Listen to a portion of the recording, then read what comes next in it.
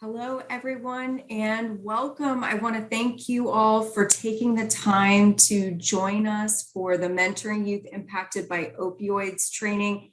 This is the third year that we have had this grant project, and we're excited about this evening's training. If we've never met before, my name is Julie Redkay, and I am the Senior Director of Federal Grants here at Big Brothers Big Sisters of America.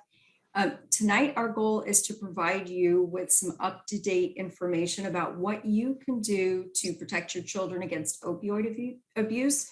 We're going to do that by discussing the current state of the opioid epidemic, looking at an overview of what opioid addiction is, and giving you some key resources that you need to prevent opioid use in your kids and teens.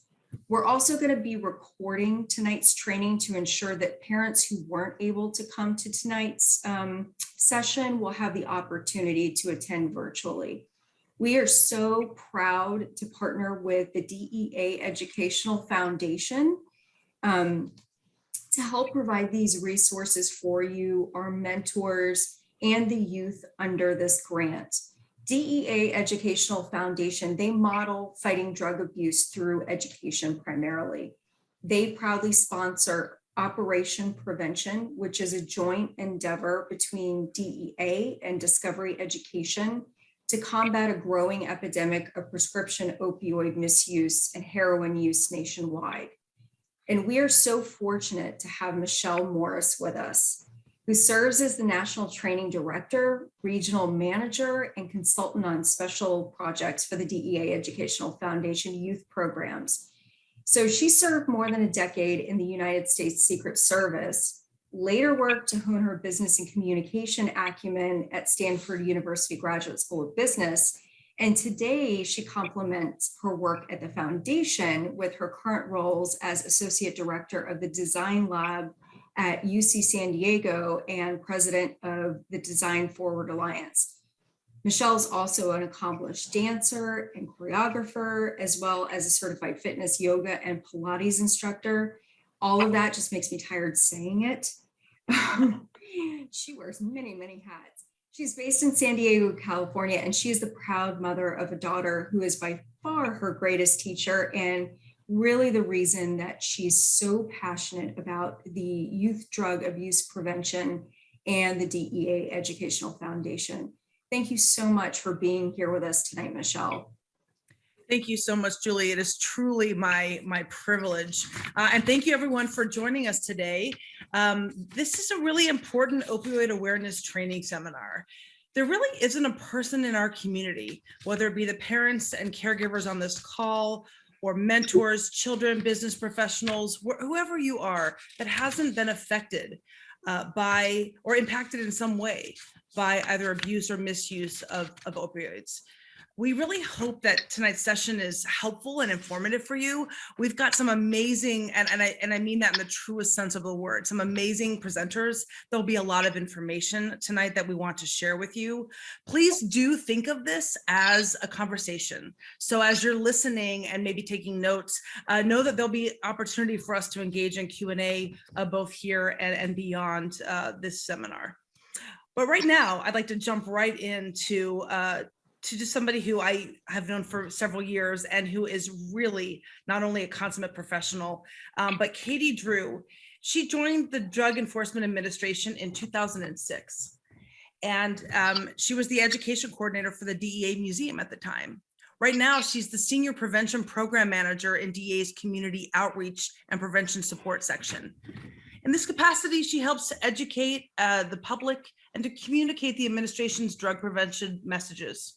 She is responsible for the oversight of Operation Prevention, which is a drug prevention curriculum, which is in collaboration with Discovery Education, and the numerous drug prevention publications provided by the DEA Community Outreach Section.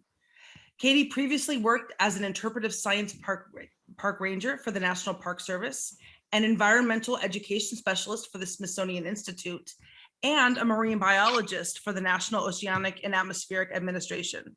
far more exhausting just to hear that, and I'm so enamored than anything that I have done. Katie has an undergraduate degree in environmental biology from the University of Colorado and a master's degree in museum education from the George Washington University. She now lives with her family in Northern Virginia. And Katie, I'm going to turn it over to you to give us a bit of a State of the Union. All right, thank you so much, Michelle. Yeah, so let me definitely give you the State of the Union. So let's share my screen here so that you all can see everything that I'm doing. And how's that? All right, so I'm going to start with our emerging drug threats. And please bear with me because there's a lot of information and a little bit of time. And I know I've got a time limit. So I'm going to be talking fast. So I just want to warn you all that. But these are the emerging drug threats that we see here at DEA. So let's see here. All right, so we get a lot of our information from the National Drug Threat Assessment, and this publication is actually available. If you do a Google search for 2020 NDTA or National Drug Threat Assessment, you can download this PDF on your own. And it's a comprehensive assessment of drug threats posed to our communities. And it does have quite a few key findings, many of which I will go over in the next 10 minutes. One, the Mexican transnational criminal organizations are the greatest drug trafficking threat to the U.S. They control most of the U.S. drug market. Illicit fentanyl is primarily responsible for fueling the ongoing opioid crisis. Methamphetamine continues to be readily available throughout the United States, and the cocaine availability throughout the U.S. remains steady. And prescription drug diversion continues to decrease. And by drug diversion, we mean diverting prescription legal drugs to illegal uses. And I'll talk about that later. And then, of course, COVID-19 has posed quite a few challenges to these criminal organizations and their movement of drugs. So let's start with our transnational criminal organizations, and we'll call them TCOs. So first of all, we've got Mexican TCOs. Now, these TCOs dominate the wholesale importation and distribution of all major drugs. Then we have our Colombian TCOs. They control the cocaine production and the supply, and they partner a lot with the Mexican TCOs. We have the Dominican TCOs. They're kind of mid-level distribution networks in the Northeast, and they're mostly self-sufficient organizations, so you don't see them partnering too much. And then, of course, down at the bottom, you've got your domestic gangs. They're opportunistic. They have no specific allegiances, and they're associated with violent crimes and street-level distribution and sales. So there's this rising opioid-related overdose deaths, and we just got brand new data that you can see the chart here. But over 100,000 people have died. This is the largest number of drug-related deaths ever recorded in a single 12-month period from last May to this April. And on average, 275 people die of a drug overdose every day in the U.S. 49% increase in drug overdoses year over year, and 75% of overdose deaths involved opioids. 64% involved synthetic opioids, such as fentanyl. Fentanyl is very deadly. So we'll start out with our illicit opioids, opiates, and heroin, and I'll talk about a few other drug trends as well. So the U.S. fentanyl market is increasingly supplied by Mexican cartels. Fentanyl remains the primary driver behind drug overdoses. Heroin and fentanyl markets in the U.S. are intertwined, and heroin is often adulterated with fentanyl. And I should mention here that not just heroin, but fentanyl has been laced in every major drug category that there is. We've even found fentanyl laced in marijuana. And fentanyl is extremely deadly. Just 1 milligram, 1 to 2 milligrams, which is about the amount that you can get on the head of a pin, can kill you. And the seizures at the southwest border are increasing.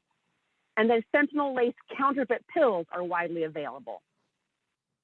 So let's start with counterfeit pills. And the problem with counterfeit pills is they're made to look just like legal prescription opioids, like, oxycodone, hydrocodone, but they contain fentanyl or methamphetamine. And as I told you earlier, fentanyl can be deadly. So drug traffickers are using fake pills to exploit the opioid crisis and prescription drug misuse in the U.S. And even if users know they're not actually prescription pills, they have no way of knowing how much fentanyl a pill might contain.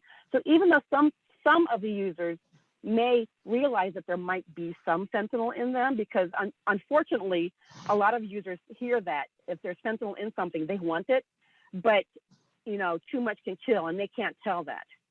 And if users believe they are handling actual prescription pills, there's an even greater danger of overdose, because if you think that you have a real prescription pill in your hand that you're using, you don't think it's dangerous, and not realizing that this pill they think is actual could be a counterfeit pill and could kill you. So I wanted to give you an idea of what the differences were. So when you have a legitimate pharmaceutical manufacturing and you have actual equipment that's used in the laboratories that are to make these pharmaceuticals, like the ones pictured here. But when people make counterfeit pills, you have no idea where they're being made, and they could be made in places just like this, with all the dirt and the filth and who knows what else goes in them. So I wanted to make sure you all saw that difference. And then I wanted to show you some differences between authentic and counterfeit pills. On the left, you have authentic Xanax. On the right, you have counterfeit Xanax. On the top photos here, you have authentic Adderall on the left in 20 milligrams, and you have counterfeit Adderall on the right with 30 milligrams. On the lower photo, you've got oxycodone. Which one do you think is authentic? Take a quick look at that now. You've got one on the left and one on the right. I'll tell you, the one on the left is authentic. The one on the right is counterfeit. With a closer look. On the top are our authentic oxycodone M30 tablets, and on the bottom are counterfeit oxycodone M30 tablets. And they look very similar. If you did not know, then you could be taking a counterfeit one that was laced with fentanyl. Now we're going to talk a little bit about a few other drugs now. Methamphetamines, which is another drug that counterfeit pills could be laced with. Methamphetamine seizures are increasing across the United States.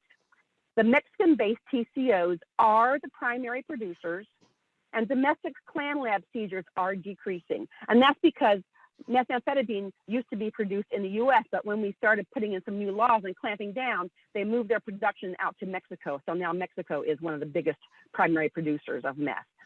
And you can see here in this chart between 2007 and 2018 how psychostimulant-involved drug poisoning deaths have increased. That chart just goes way up, and that's something that we really want to stop. Cocaine. It is readily available across the United States. Cocaine-related overdose deaths have increased. Nationwide seizures have increased. And cocaine production has reached record highs. And if you take a look at this chart here, this is Colombia coca cultivation and cocaine production. The light green bars on the chart show coca cultivation. And you can see it's steadily gone up between 2010 and 2020. The darker green bars are cocaine production, and that has also gone up. I want you to take a look at that black line that kind of goes through the middle. Those are eradication efforts by the Colombia government. And if you look at it, you can see that eradication levels went down until they hit a low in 2016, but the cultivation and production kept going upwards. Well, finally, they started eradicating it more, but there's a lot to catch up to. So you can see there's a lot of work ahead of us. And then marijuana. Marijuana is the most commonly used illicit drug in the United States. It's readily available throughout the nation. It's grown on public lands to the detriment of the local environment and the water supply. The national legal landscape is constantly evolving, meaning states are continually changing their laws, which is very confusing for people. And Mexico is the primary source of foreign marijuana, and Cuban traffickers establishing a presence in Colorado is the major problem. And then we have our controlled prescription drugs. Their availability in illicit markets remains high throughout the U.S. Counterfeit prescription drugs, rather, are something that are traded quite often. And the abuse levels and the related deaths are going up, and it went up in 2020 and 2021. And this is primarily due to COVID.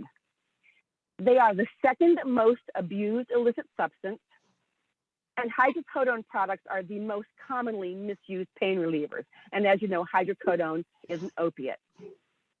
And the majority of pain reliever abusers, and in parentheses you could put opiates, obtain their prescription drugs from a friend or a relative. So those are our main top drug threats, and I will be back in a little bit to talk to you about some of the resources that DEA has. Thank you. Thank you so much, Katie, for sharing so much information in such a short period of time. Our next speaker is Dr. Brian Ferlin.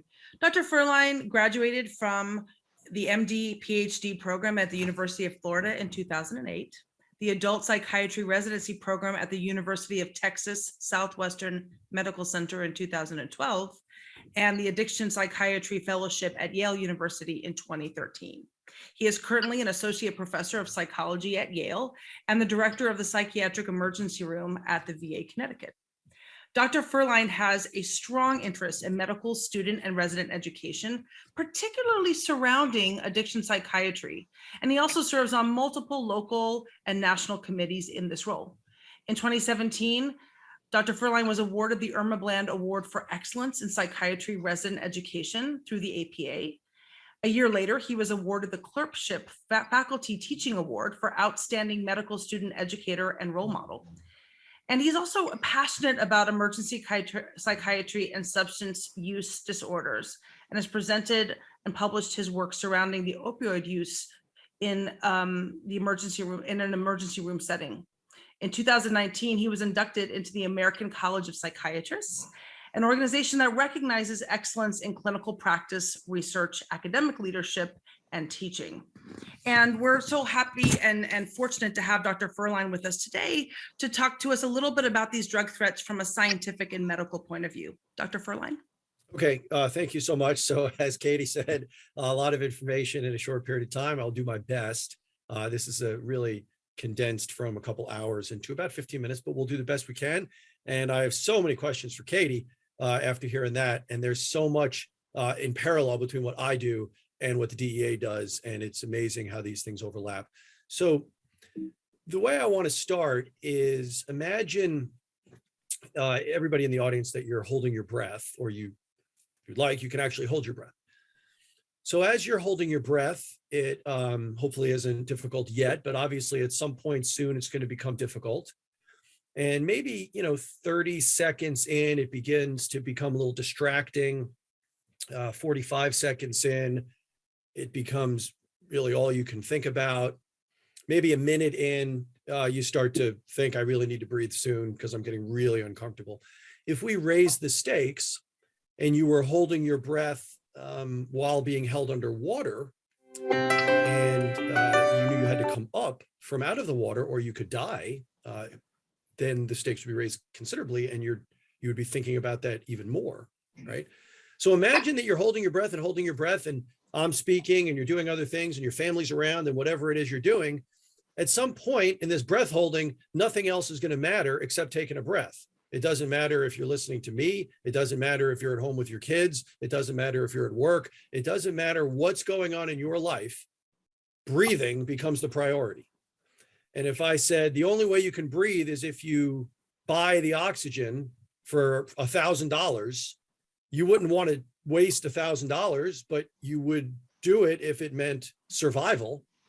If I said the only way to breathe would be to quit your job or to steal the money to pay for the oxygen, you wouldn't want to do that, but you might do it. You would do it if it meant dying. You would do whatever it takes to breathe, because breathing would be the most important thing at that moment.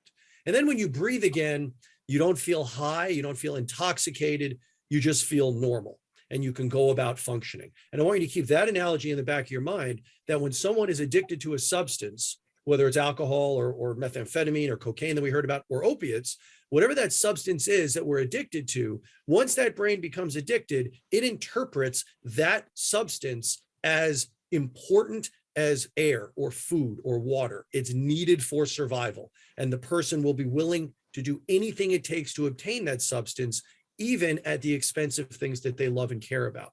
And that comes from a reward system in our brain. And you don't have to know everything about this slide, just know that deep within our brain, we have a very powerful, primitive system that guides certain behaviors that keep us alive. And those behaviors are eating food, drinking water, having sex so we can procreate and raise offspring, finding shelter from the heat or the cold. Social interactions to some degree are very rewarding.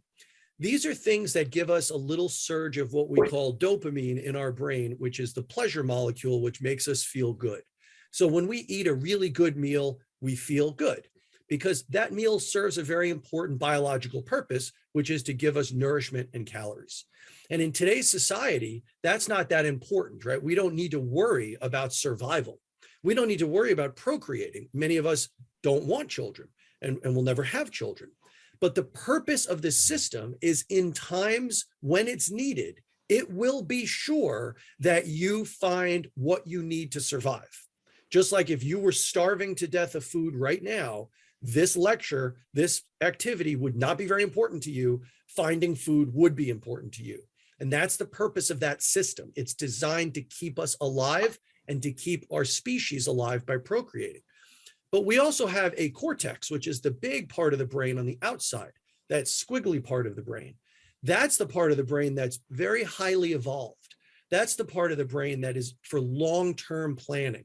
That's the part of the brain that lets us function in today's complex society, where we have to worry about going to school and paying bills and bringing our children to their sporting events and all of these other things that we have to balance in life. We're able to do that because of our cortex. And we don't have to worry about survival typically because we're in an advanced society where food and water are typically pretty abundant. So in a healthy brain's balance, the cortex, the big complex part of the brain, is dictating what we do every day. And that's perfectly fine. But when needed, if we're starving, if we need water to survive, that reward system, that deep, powerful part, will override the cortex and say, I know you're supposed to take your son to soccer today, but instead it's more important that you find food because without the food, you'll die. So that system begins to exert an influence. So we have a delicate balance between the cortex, which lets us live in today's complex society, and the reward system, which guides our survival. And in a healthy society and a healthy person, the cortex does what it does and dictates your day-to-day activity. But in times of need, the reward system is there to take over when it needs to. Okay, so we got this really primitive, powerful system that helps us survive. It's designed to reward us when we drink water, when we have sex, when we raise offspring, when we find food. Okay, if you think about a bird or a squirrel, this is all they do is just these things. They eat, they drink, they raise babies. They don't worry about medical school and, programs and paying bills. And they only need to worry about the things that keep them alive. But we have this complex part to our brain. Now, if we introduce drugs, and Katie had mentioned methamphetamine, this is a complex slide. You don't need to understand everything about it. But if you look at the top left of the slide, the amphetamine graph, there's a spike in that orange color. And that spike represents dopamine release in the brain. So when you introduce methamphetamine to brains, that reward system, remember that primitive, really powerful system, that gets activated way more powerfully than if you eat a good meal, or if you have sex, or if you drink water. Methamphetamine is way more powerful, way more dopamine, and it feels really good. And that reward system begins to interpret that thing as necessary for survival, because the point of that system is to reinforce things that are necessary for survival. So if you introduce a drug like cocaine or heroin or fentanyl or methamphetamine into a system that's designed for survival, and you activate that system even more powerfully than any natural thing, that drug will now be interpreted by that system as necessary for survival. And when an addiction develops, when the brain crosses a line to a substance use disorder, the behavior of the person is no longer driven by a rational system, the cortex. It is now driven by a system that only cares about finding what it needs immediately to survive. Just like if you needed food to survive, this wouldn't be important, your kids wouldn't be important, work wouldn't be important, food would be important. Well, once you become addicted to a substance, those other things become less important in your life, and the substance is what becomes the most important thing in your life. And we say the disease is cunning and baffling. That means that a person behaves in a way that doesn't make any sense.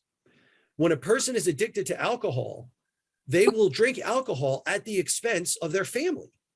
And if you ask them, what do you love more, your family or alcohol? They will say, I love my family more than I love alcohol. My family means everything to me. But yet they will continue to drink despite the threat of losing their family.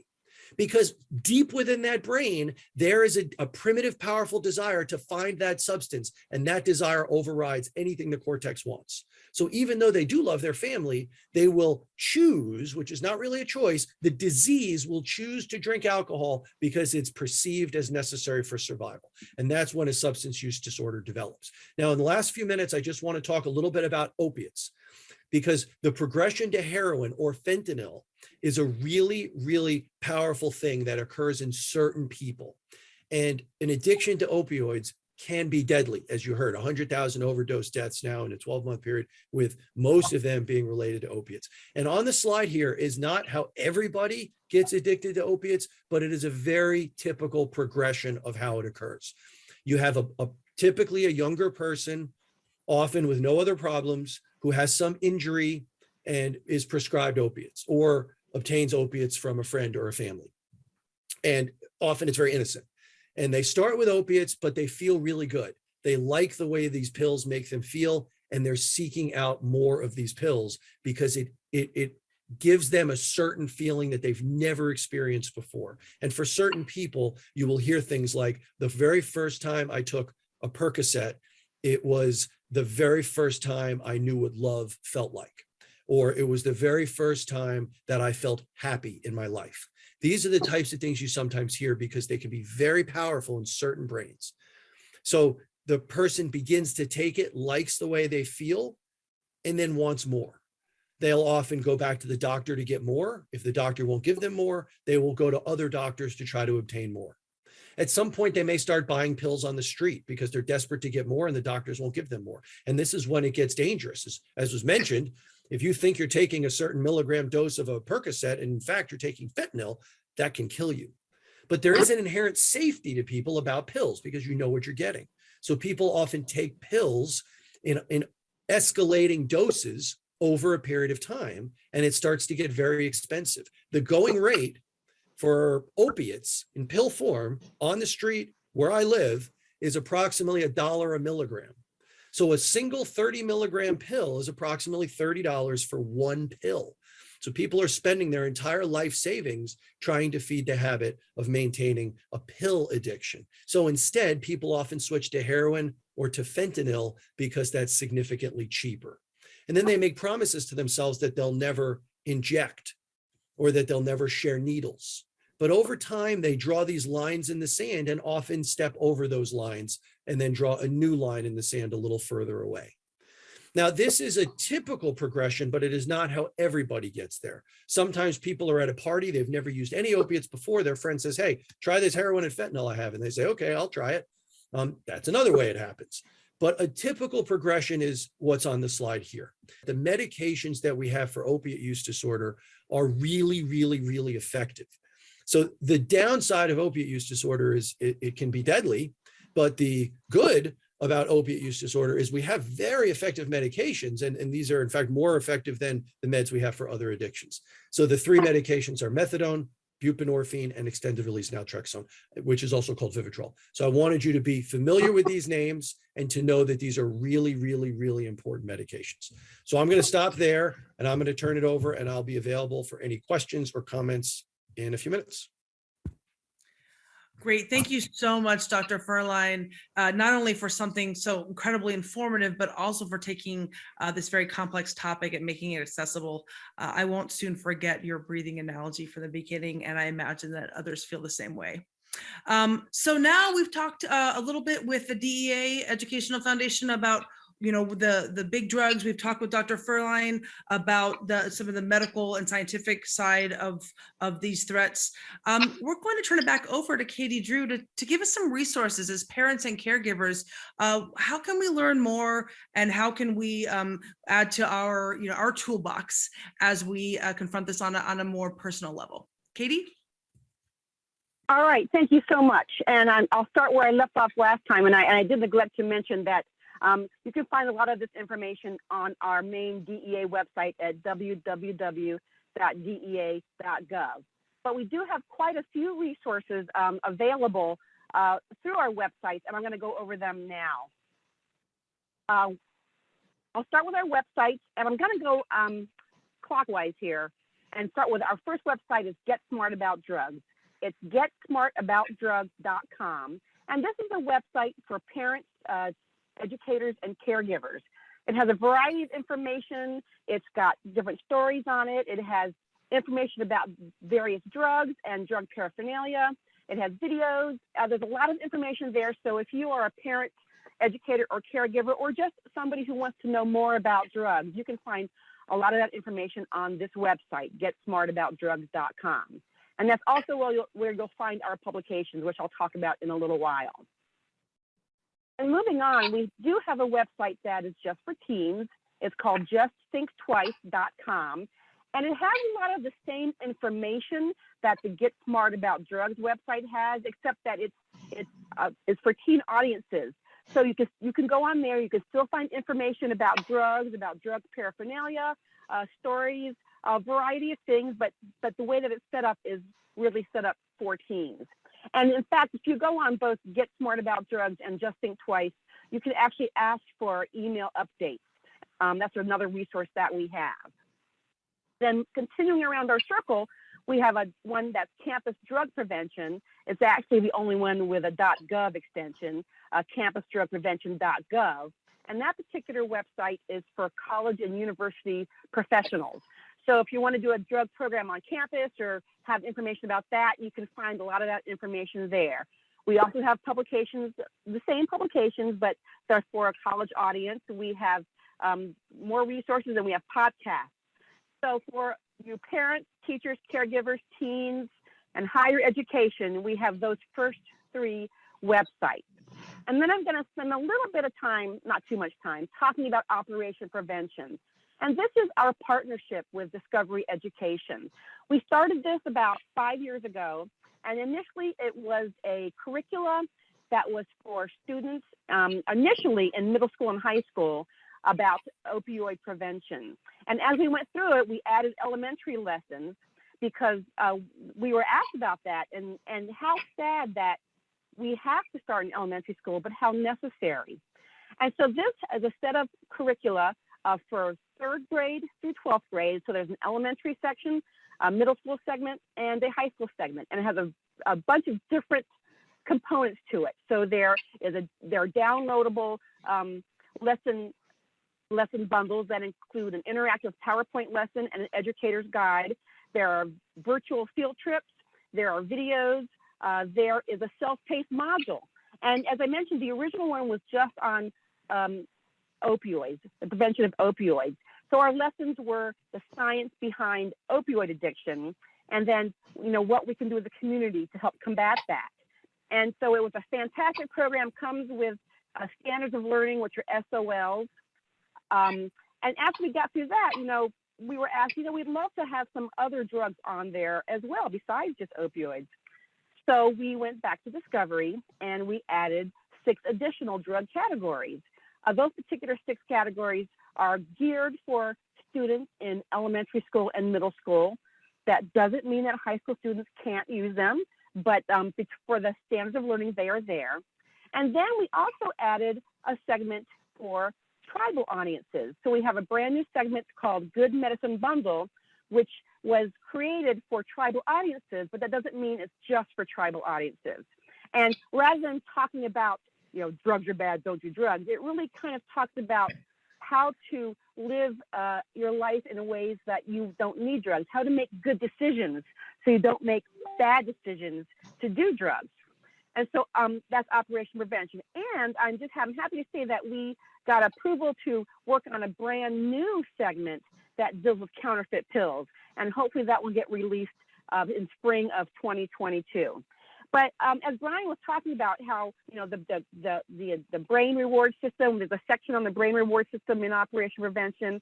It talks about different ways that people can become addicted. In the self-paced module, we have 3 stories. One of them is a student who is an athlete who blows out his knee and gets prescribed opiates and then becomes dependent on them. And then another story where one of the students becomes addicted to them. So I definitely urge you to check out our operationprevention.com website.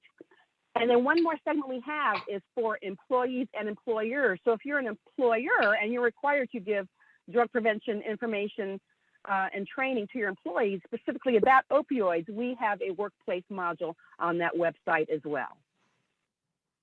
So we also have our One Pill Can Kill awareness campaign. This is a brand new campaign, and I mentioned earlier how counterfeit pills are a major problem, especially when they're cut with fentanyl and methamphetamine. So our goal was to create healthier and safer communities by driving down overdose deaths. Now, there's a lot of opportunities here. One is to educate the general public about the dangers associated with counterfeit pills, connecting people, encouraging people to use only medications prescribed to them, and then remind people to protect themselves from diversion, which, as I said earlier, was taking a legal drug and using it illegally. So if you want some more information on this, you can go to our dea.gov/onepill website, where you can download toolboxes, public safety alerts, fact sheets, graphics, social media. And this is an ongoing campaign with us. So we want to make sure that you know about that particular resource that we have. As I mentioned earlier, we have quite a few publications. If you go to the GetSmartAboutDrugs.com page, you can go to the download publications button, and we have all of our publications on there available in PDF. Many of them are in Spanish, but we can also offer hard copy versions of these. So if you want hard copies of these, you just have to let us know. You can either contact me at DEA headquarters, or you can contact your local DEA office. But we've got drugs of abuse, how teens misuse medicine, growing up drug-free, and a variety of fact cards on a variety of different drugs. And as I mentioned, you can also contact your local DEA office. So if you go to our website, dea.gov/divisions, you'll be able to find your state and see which field division you are located in. And then you can contact that field division to get more information. You can ask them also to give you publications. And you can see on here that we have 23 different field divisions that cover all of our states, including Alaska and Hawaii. Now, one of the things that DEA does is a National Take Back Day. We usually have them twice a year in October and April. We haven't got the April date set quite yet, but I would urge you to go to our DEATakeback.com website, because that date will be advertised once it's set. And this is something because a lot of people have medications in their medicine cabinet that they no longer need because they finished taking them, they have some left over, and you don't want to just throw them away, but you don't know quite what to do with them. And you definitely don't want to leave them in your medicine cabinet, because there could be somebody who might come into your home and take them, or somebody who is in your home might take them. So we do offer take back, where you can take your prescription medications to a particular site to dispose of them. And if you go to the DEA Take Back site and you plug in your zip code, it will tell you what the closest take back site is. So definitely go to the DEATakeback.com website to get more information on taking your prescription drugs back. And one of my favorite places, and when I first got hired at DEA, it was working as the education director in the DEA Museum.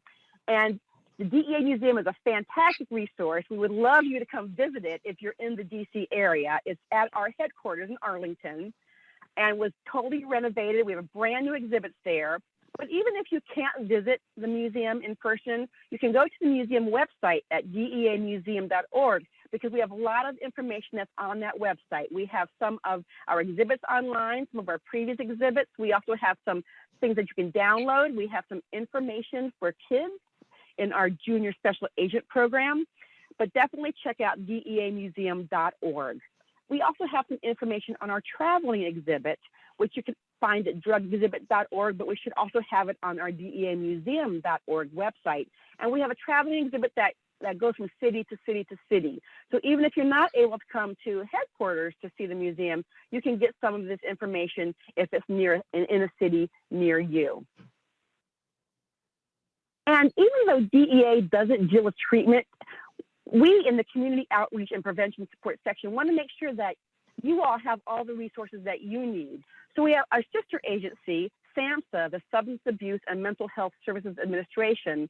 They do have a treatment services locator. You can find it at www.spinetreatment.gov or call their phone number at 1-800-662-HELP or 4357. Because a lot of times you might need to find some treatment options, and SAMHSA can help you do that.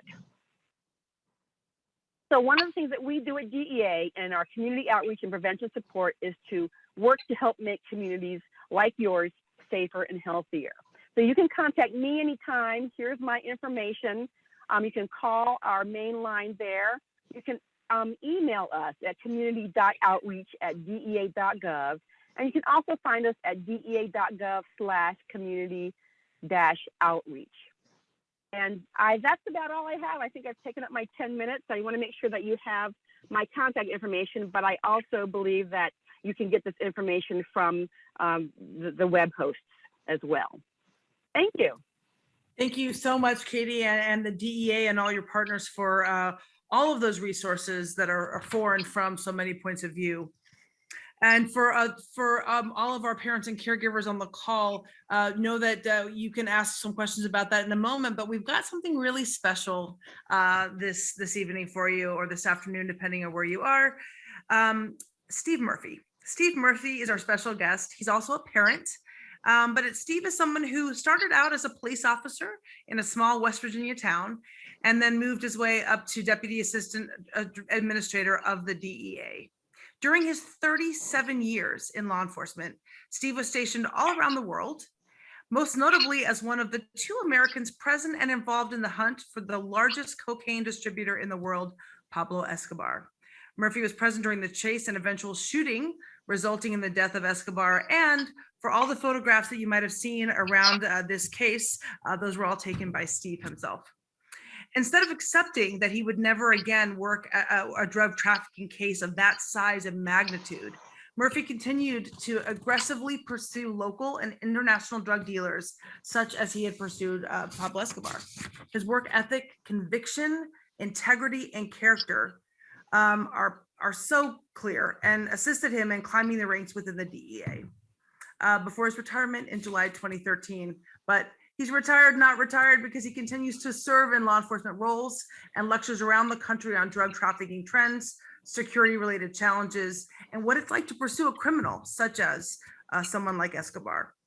He has appeared in a variety of television specials on Escobar's death, and along with Javier Peña, he serves as a subject matter expert and senior consultant for something you may have heard of, which is Netflix's show Narcos. So without further ado, Steve, I'm going to turn this over to you. Well, thank you, Michelle. And I think I'm blushing here. I don't think I deserved all that, but thank you very much. You do.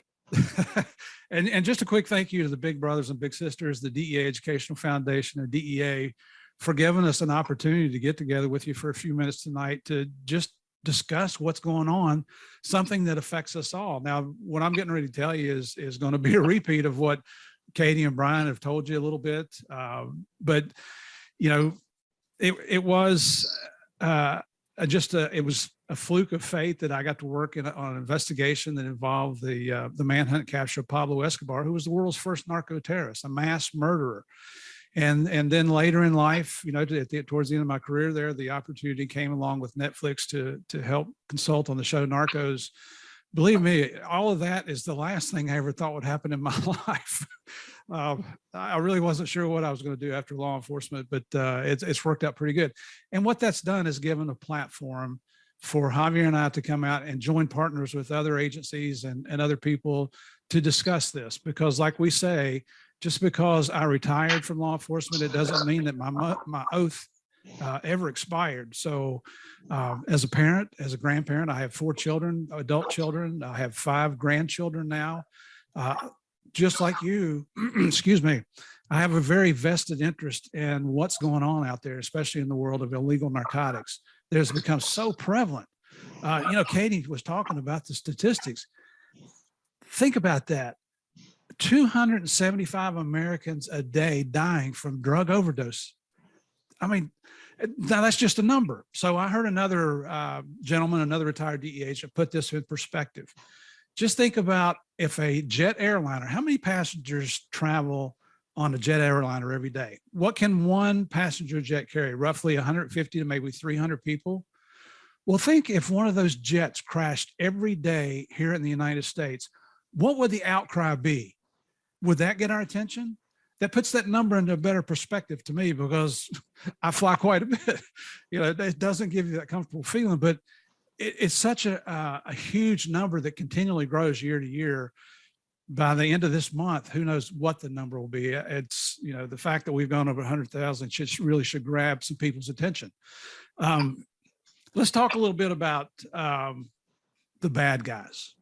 So we have these criminal organizations, you know, and Katie did a fantastic job of laying out the drug trafficking organizations that are out there and what's having the largest impact on us here in the United States. And if you were not aware, here's a reputation that we're really proud of in the United States. We are the largest consumer country in the world of illicit narcotics. That's really something to be proud of, isn't it? So that's why this is so important to us, because we all have children. You know, the fact that you're giving up time, your precious time, you know, time is not something you can get back. The fact that you're giving up your time this evening and afternoon to be with us, just to maybe pick up a few tidbits of information, shows your dedication to looking out for our children. You know, you've heard that old cliche, the old axiom, it takes a village to raise a child. That's true. That's not just a rumor. That's absolutely true, as you know. So now these bad guys, they've got these criminal organizations. The CEO of these organizations, do you think that they're taking opioids? Do you think they're using meth, snorting coke, shooting up with heroin? They might on a very rare basis, but you got to remember, it's all about their greed, their power, their ego, and most importantly to them is the cash in their pockets. They're trying to outdo everybody else. So they're not sitting around popping opioids that, you know, might not have come off of out of a pharmacy. That is so dangerous. I want to touch on that here in just a moment. And let me just say this too. If you think that opioid, this overdose epidemic that we're suffering in the United States does not touch you or your family, I challenge every one of you to look closer. I will guarantee you that it will touch you either in your immediate family or in your very closest friendships. Now, people are very good at hiding this. You know, people don't like to go around and say, hey, I'm an opioid addict, right? But it touches all of us. Now, I'm not fussing at you here because I was a cop for almost 38 years. I don't know any more than you know. And I don't tell this story to very many audiences. My oldest son is an orthopedic surgeon at Children's Hospital of Atlanta. Can't tell you how proud I am of him. My younger son is an opioid addict.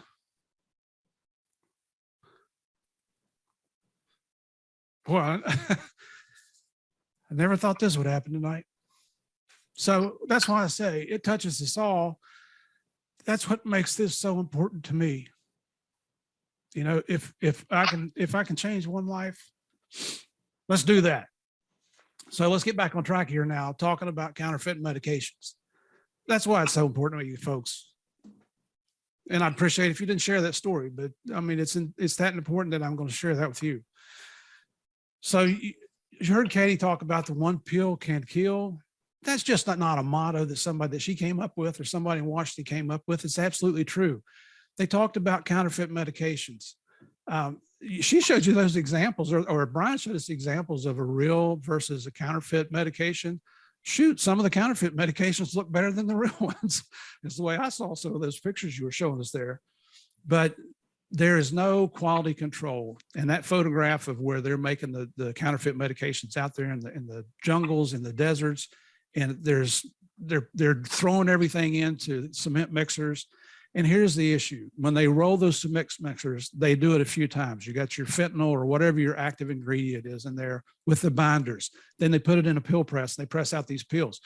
Well, because there's no quality control, you may get one of those counterfeit pills that has absolutely no fentanyl or active ingredient in it whatsoever.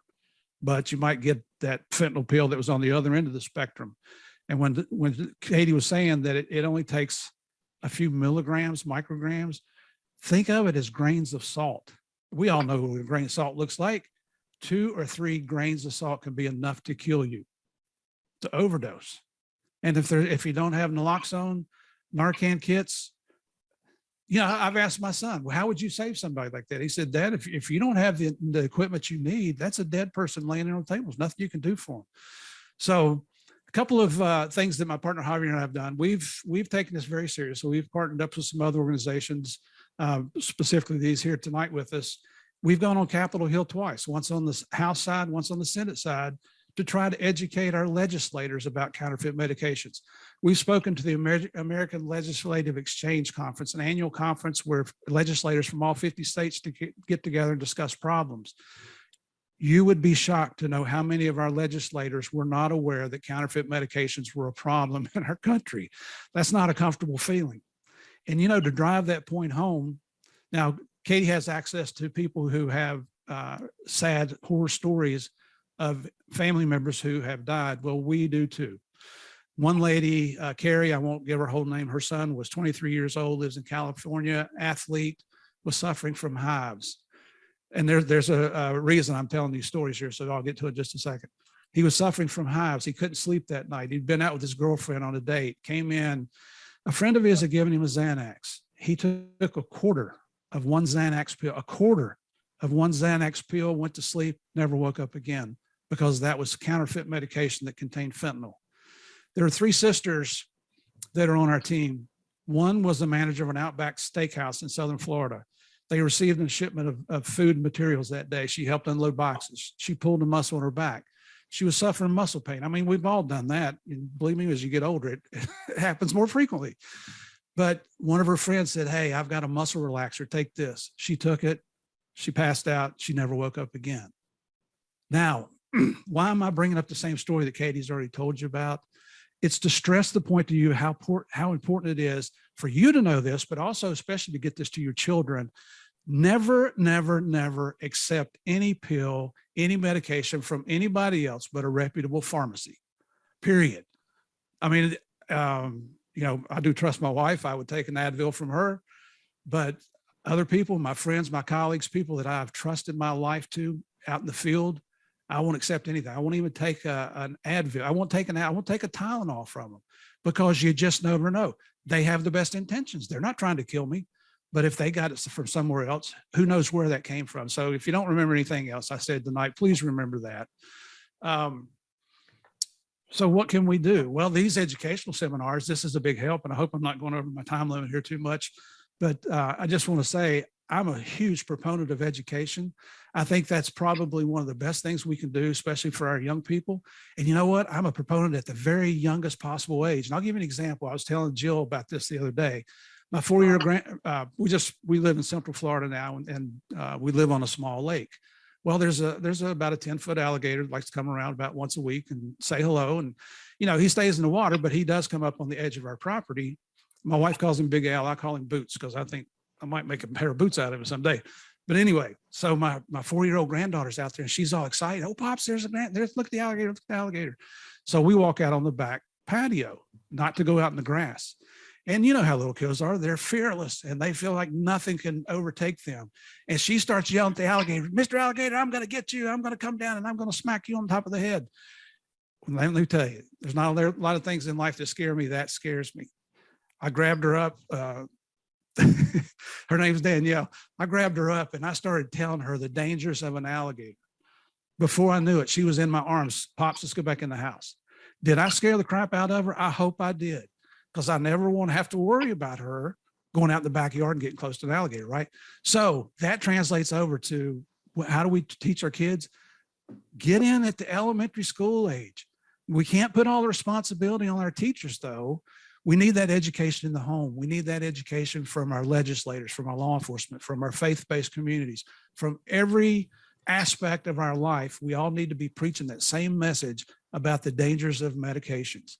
Folks, I wish I had answers that you could take home tonight and you'd never have to worry about this problem again. I don't. I couldn't even save a person in my own family. But not going to give up the fight. We're going to continue to fight. And thank you so much for allowing me a few minutes to be here with you tonight. God bless you. Merry Christmas to everybody. Thanks. Steve, thank you so much. And thank you for sharing such a very personal side of this and devastating side of this whole topic, in addition to your other stories. And this unfortunately takes us to the end of our time, but as promised, we want to make sure that we engage in Q&A with you. So if you have those questions, we want you to address them to Big Brothers and Big Sisters. And with that said, I'm going to turn it over to Julie one more time to say a few statements from BBBS. Julie? Thank you so much, Michelle. And I want to say thank you so much to all of our speakers tonight, to Katie, to Dr. Ferlin, and to Steve. Wow, thank you. It's really tough to follow that. And I know that our attendees will think so too. I do want to mention really quickly that this training could not have been possible if not for the Office of Juvenile Justice and Delinquency Prevention, the grant that they provided. Not to say that they necessarily endorse the presentation or it's their point of view, but the funding that they provide allowed us to bring this presentation. So I want to say a quick thanks to them. If you have any questions, you can certainly direct them my way. Katie provided you information for the DEA, and I will certainly get them to any of our panelists. The information that you saw tonight and the resources that you saw tonight, I'll put myself on video again, will also be put up on our Learning Exchange internal network within the next 2 weeks. So you will also be able to find it there. Thank you again to our panelists. Thank you so much for being here tonight and spending your time with us. We truly appreciate it. Have a wonderful night. Thank you. Bye-bye. Thank you, everyone. Thanks.